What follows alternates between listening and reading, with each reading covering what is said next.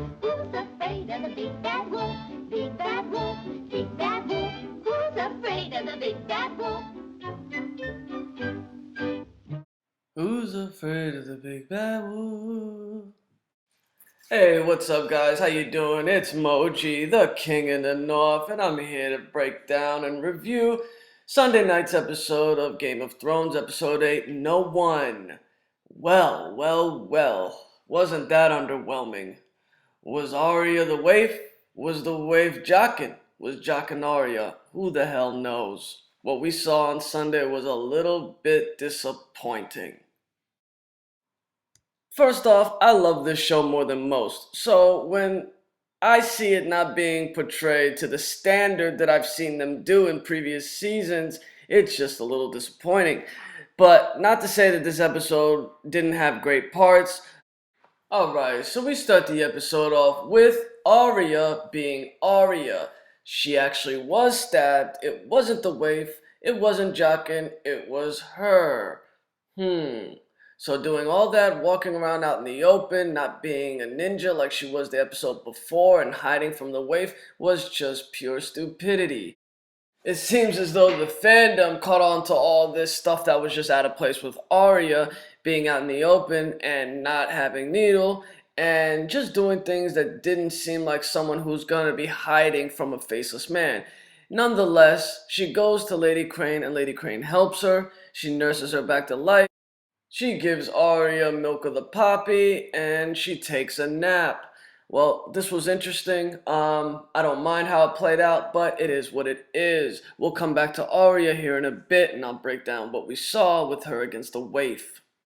Okay, so we move on to Cersei in King's Landing. She's lounging, she's marinating like she always does, and it's seen that the High Sparrow wants to see her at the Sept of Baelor. Lancel and 6 other sparrows come to find her, and she decides she doesn't want to go with them. Lancel says the now famous line, "Step aside, or do you choose violence?" In which Cersei replies, "I choose violence." Well, this is a scene that, could be the turning point for Cersei. We've all known that she wanted to defy the High Sparrow's orders, and this is the exact moment that she decides to do it. One of the idiot sparrows comes up and hits the mountain with a mace, and he just proceeds to take his head off. If you noticed, the spine was still attached to the body. Wow. And back to the Riverlands, we have the Hound on a massive rampage looking for straggling brotherhoods without banners. He rolls up on 4 of them, making idiotic jokes and putting fingers in not so good places of each other. Wow, D&D, did we really need that? Well, back to the rampage. The Hound proceeds to take off one of their heads with an axe and it just looked gruesome. He then butchers and chops down the other 3 and decides that he wants to ask one of them what his last words are, in which the dying man can't come up with anything great. Well, this is one of the best parts of the episode. The Hound just doing his quips and his joking and everything that we love about the Hound all rolled up and condensed in one. It was great. Next up we have Varys and Tyrion looking like a bromance that you just don't want to stop.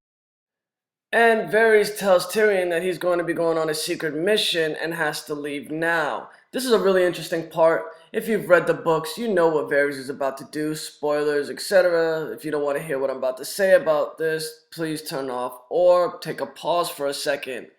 Yeah, so Varys in the books goes and kills Pycelle and Kevin Lannister.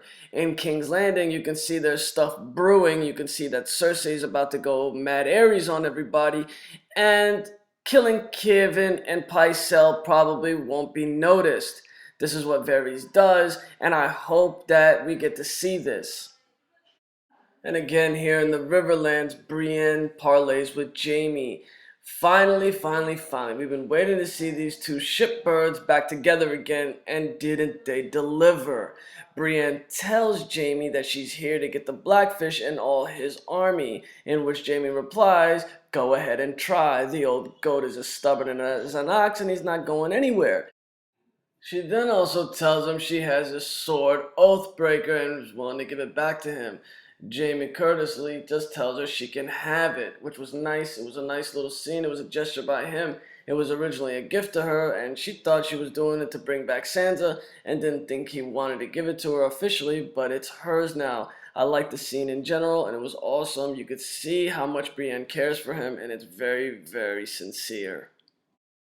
And finally, we get the fan favorite Braun back in action, having a little college moment with Pod.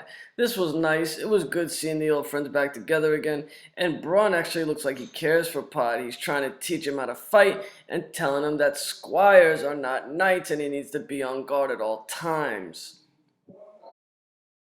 And back again to King's Landing, we have Cersei coming into the throne room, and there's a party that she's not invited to. She seems generally surprised and is getting the cold shoulder from her uncle Kevin. She gets sat in the nosebleed section of the throne room, and little Tommen proceeds to give out the order and royal decree. No more trial by combat. We could see this coming a mile away. There's nobody that could beat the Mountain or even have a remote chance at it, other than possibly the Hound, and the Hound isn't even talking to the Seven, or any other person in King's Landing that's connected to the High Sparrow. So how the hell would Clegane Bowl have even gone down? We don't know, but that thing is officially in the ashes. In the fire, throw it away, get it out of your head. It's never happening on the show. But I'd like to see how the trial by 7 is going to work out for Cersei. Another thing to think about, without a trial by combat and Cersei having to go in front of the Seven Septons, she's going to have to admit her relations with Lancel and with Jaime. And that means that if the Crown and the people of court in King's Landing find out that Tommen's a bastard, what is she going to do? And what is the High Sparrow going to do when everyone knows that Tommen is a bastard born of incest and isn't the rightful king? After Cersei finds out the devastating news, she parleys with her right-hand man Qyburn and asks him has he found out the info and secrets she's been looking for. I'm guessing if you read the book or have been paying attention this season, Cersei's looking for wildfire planted all over the city by Mad King Aerys. Burn them all looks like a phrase in Cersei's vocabulary we're going to be hearing very, very soon. And to my favorite scene of the episode, back in the Riverlands, outside Riverrun, we have Edmure parlaying with Jaime. This is one of the better scenes in the episode, and it was awesome. We got Jaime telling Edmure that his wife, Rosalind, had a child, and that he is willing to catapult it over the castle if Edmure doesn't comply. That is absolutely ruthless. Jaime's one of my favorite characters in the book and in the show, and it just shows you how ruthless he can be to get back to Cersei. If you remember season 1, what he said to Bran right before he threw him out the window, the things he does for love. I mean, wow. If there's a wolf in sheep's clothing, there's no one better than Jaime Lannister. Jaime tries to console Edmure because they've been in the same position. Jaime was Roose Bolton's captive a couple years ago, and he knows how he feels, in which Edmure tells him that he should screw off and he doesn't want to hear anything he has to say about him or his dead sister Catelyn.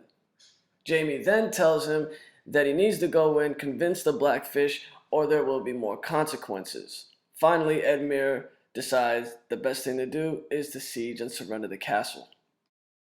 When he gets to the castle gates, the Blackfish tells the Castellan of the castle not to open the door for Edmure, in which the Castellan tells the Blackfish that he's his lord and he must comply. The Blackfish replies, "You're an idiot. That's not Edmure giving those commands, it's the Kingslayer."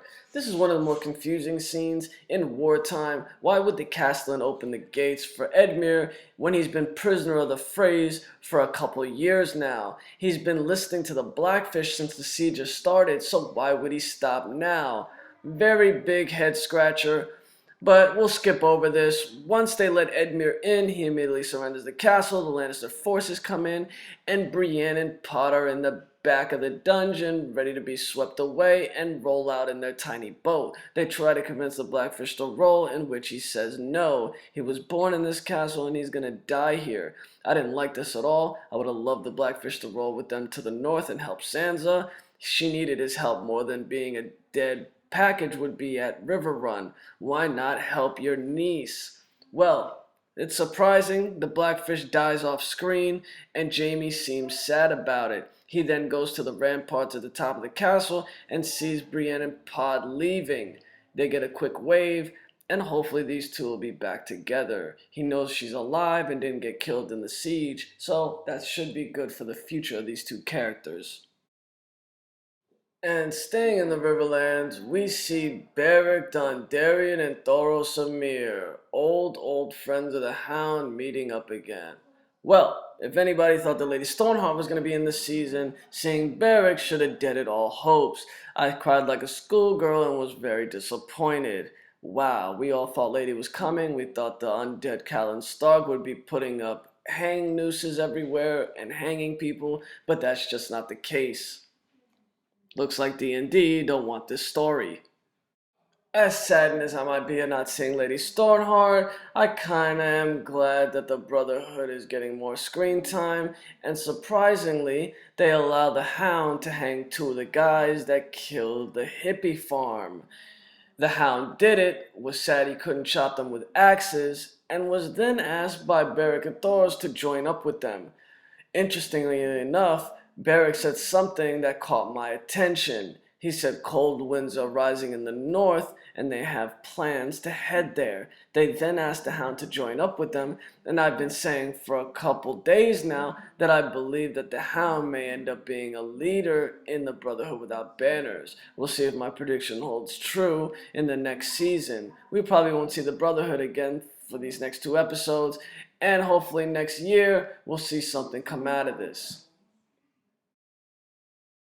She looks furious, and after 2 years of blood, sweat, and tears of getting her ass whooped, I guess we're led to believe that Arya learned how to be no one while fighting in the dark, and that's it.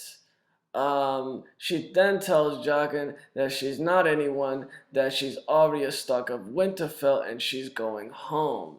Earlier in the episode, Arya actually told Lady Crane that she wants to go west of Westeros. She wants to go where there are no maps. So, next season, is she going to go to Winterfell, or is she going to go on her own little quest? Dora the Explorer, Part 2, or what? We don't know, but I'm glad and I want to see Arya out of the House of Black and White, and hopefully the Faceless Men don't follow her. And at the final bits of the episode, we get Arya being chased by the Waif. It first starts off with Arya drinking her milk of the poppy again and lounging in Lady Crane's apartment. When they hear a knock at the door, there's a strange young man waiting. Arya doesn't see this, but Lady Crane does. When Arya wakes up to the sound, she sees that Lady Crane has been folded up like a lawn chair on the chair, and sees the Waif. She tells her if she didn't run away, that Lady Crane wouldn't have suffered. Arya then proceeds to do a Parker through the window and starts running. When the the Waif, starts running after her, it just looks at a scene out of a movie.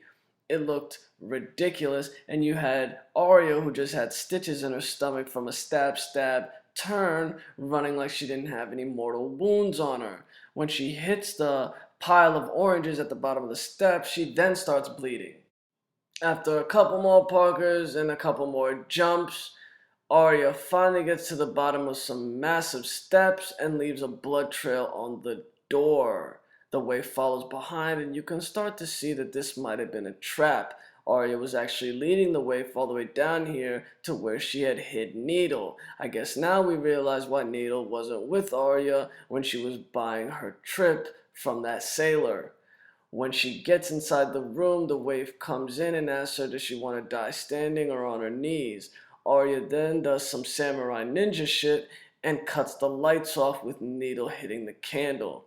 We're led to believe that this is when Arya did something that Mr. Miyagi taught her, and we're led to assume that she killed her.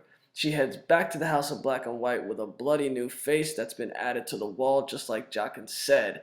Jaqen then tells her she is no one officially, and Arya says screw off.